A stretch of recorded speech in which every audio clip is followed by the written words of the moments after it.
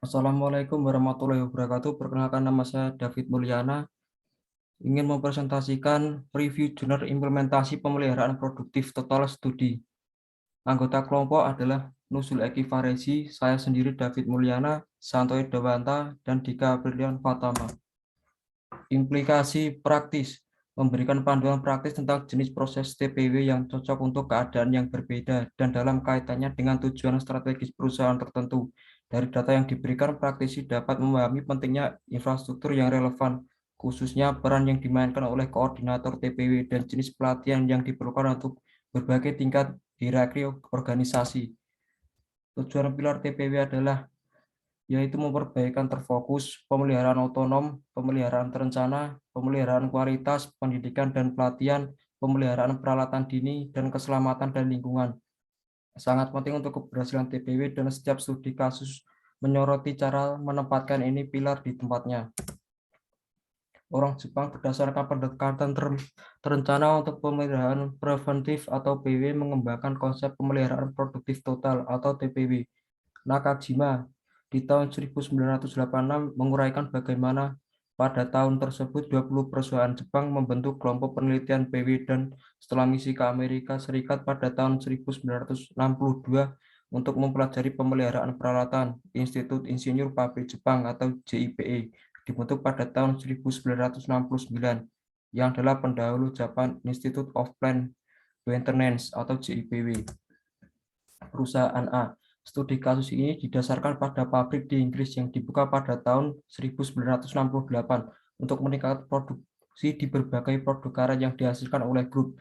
Grup ini memiliki sekitar 38.000 karyawan dan mencapai penjualan tahunan sekitar 4 miliar mencakup berbagai produk. Perjalanan TPW dimulai pada awal 1990-an ketika perusahaan meluncurkan 7 pilar TPW, peningkatan individu, pemeliharaan otonom, pendidikan dan pelatihan, TPW di kantor keamanan, manajemen peralatan awal, dan pemeliharaan kualitas. 2 tahun kemudian mereka dianugerahi penghargaan pemeliharaan pencegahan atau PW, JIPW, dan sekarang dianggap sebagai salah satu pemimpin TPW di Inggris. Proses TPW. Sebuah komite pengarah TPW dibentuk dengan direktur lokasi sebagai ketua dan produksi, pemeliharaan, sumber daya manusia, dan manajer peningkatan berkelanjutan sebagai anggota.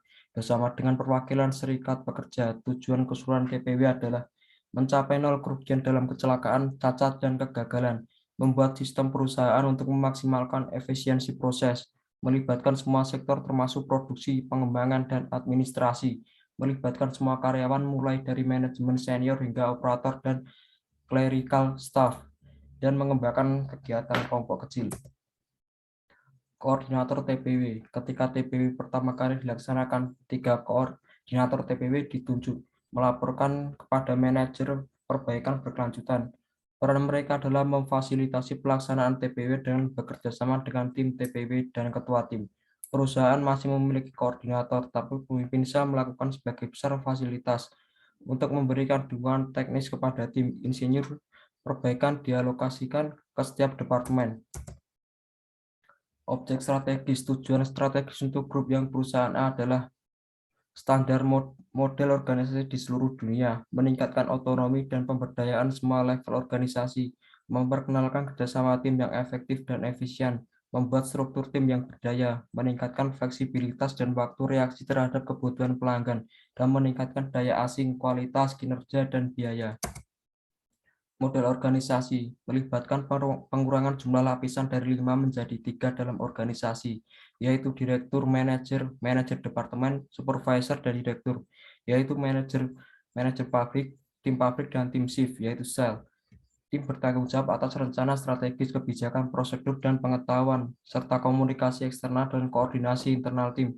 Bertanggung jawab untuk memastikan standarisasi dan konsistensi penerapan di seluruh pabrik. Pabrik memiliki manajer sendiri dan tim staf pendukung dalam pemeliharaan, kualitas, efisiensi proses, dan perencanaan. Tim shift adalah tim kerja swakelola yang pemimpin selnya memiliki keahlian dalam pembinaan, komunikasi, kerja tim, dan pemecahan masalah. Perusahaan B.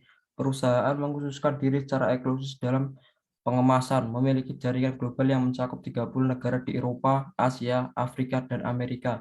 dan ada lebih dari 30.000 orang yang bekerja di 160 pabrik di seluruh dunia. Pabrik menjadi fokus penelitian pertama kali dibuka pada tahun 90-an. Proses TPW, sebuah struktur organisasi TPW didirikan, disebut Organisasi Promosi Kinerja Kelas Dunia atau WCP. Lihat gambar 1, pabrik dibagi menjadi 3 modul yang masing-masing dikelola oleh pemimpin modul. Tidak ada fasilitator atau koordinator TPW khusus dipekerjakan, melainkan keseluruhan proses TPW dikelola oleh pengelola WCP dengan dukungan para modul leader, tim mereka, dan para pilar champion.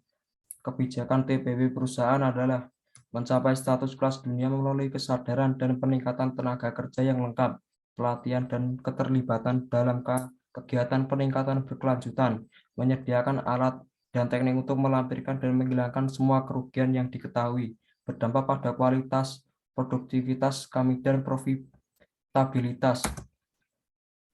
Teknik penyebaran biaya dan volume digunakan untuk mengidentifikasi area di mana perbaikan terfokus dilakukan dan dapat membantu mengidentifikasi teknik apa yang dapat diterapkan. 7 langkah pemeliharaan otonom Nakajima 1988 diikuti oleh perusahaan B dan mereka juga memperkenalkan pemeliharaan terencana. Pemeliharaan kualitas digunakan untuk menghilangkan cacat dengan pengaturan dan pengendalian. Objek strategis. Perusahaan telah menetapkan sendiri target untuk perbaikan sebagai berikut. Presentasi tenaga kerja yang terlibat di TPW, keluhan pelanggan, jumlah produksi, biaya lembur, ketidakadilan, dan keluaran per karyawan.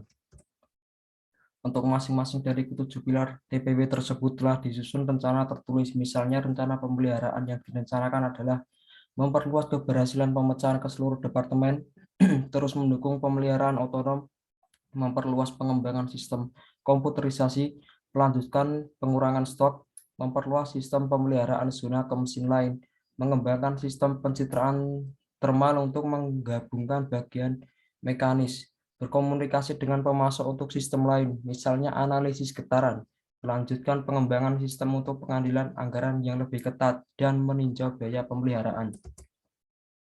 Perusahaan C. Perusahaan ini memproduksi kendaraan bermotor. Pada pertengahan 1980-an, sebuah perusahaan Jepang membeli 60% saham di perusahaan tersebut, dan pada akhir 1980-an telah meningkat menjadi 99%. Perusahaan Jepang itu membawa serta proses dan stabilitas TPW untuk pabrik dengan menjamin pekerja semua orang selama 3 tahun. Proses TPW. Ketika TPW diluncurkan, perusahaan menunjuk tim TPW yang terdiri dari 12 fasilitator atau koordinator yang melapor langsung kepada presiden pabrik. Mereka menggunakan penyebaran biaya untuk mengidentifikasi area perbaikan. Fokus utama mereka adalah untuk meningkatkan produktivitas dan mengurangi ruang kinerja, menghasilkan peningkatan jumlah produk yang mereka produksi di lokasi mereka, dan dengan demikian meningkatkan pangsa pasar. Koordinator TPW. Ketika TPW pertama kali diluncurkan, tim TPW terdiri dari 12 fasilitator atau koordinator ditunjuk, dan pada saat itu mendukung 1.400 karyawan. Ukuran tim ini telah berkurang dengan meningkatnya kepemikiran TPW di lantai toko. Saat ini memiliki 4 fasilitator atau koordinator TPW. Pentingnya TPW ditekankan oleh fakta bahwa tim TPW melapor langsung ke pabrik presiden. Objek strategis tujuannya adalah untuk mencapai penghargaan JIPW level 2 pada tahun 2001. Ini melibatkan peningkatan semua bidang, lebih lanjut 0%, dan tujuannya adalah untuk meningkatkan pangsa pasar untuk mereka untuk semua produk. Kesimpulan, ketiga perusahaan tersebut adalah perusahaan global besar yang mengekspor ke pasar internasional dan telah berlokasi di lokasi yang ada selama lebih dari 30 tahun. Ketiga perusahaan tersebut menerapkan TPW karena mengalami kesulitan usaha yang cukup besar, misalnya pengurangan usaha di pasar tradisional dan menghadapi penutupan pabrik. Seperti yang dinyatakan Saint Beser dan Saint Beser 1993, Anda membutuhkan ketidakpuasan dengan cara segala sesuatunya untuk memulai kebutuhan akan perubahan. Davis di 1960-an mendukung hal ini dengan menyatakan bahwa salah satu alasan utama perusahaan gagal dengan TPW adalah karena perusahaan tidak serius tentang perubahan, seperti yang dilakukan Wagard dan Reine 1962. Demikian presentasi dari kelompok kami. Atas kurang lebihnya mohon maaf. Assalamualaikum warahmatullahi wabarakatuh.